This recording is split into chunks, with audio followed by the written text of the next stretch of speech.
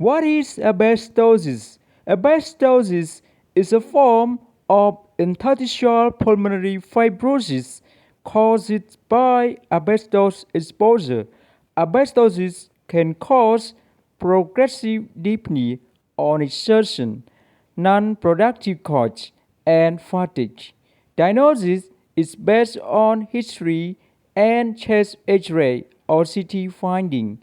Treatment is supportive. Thank you for watching my video.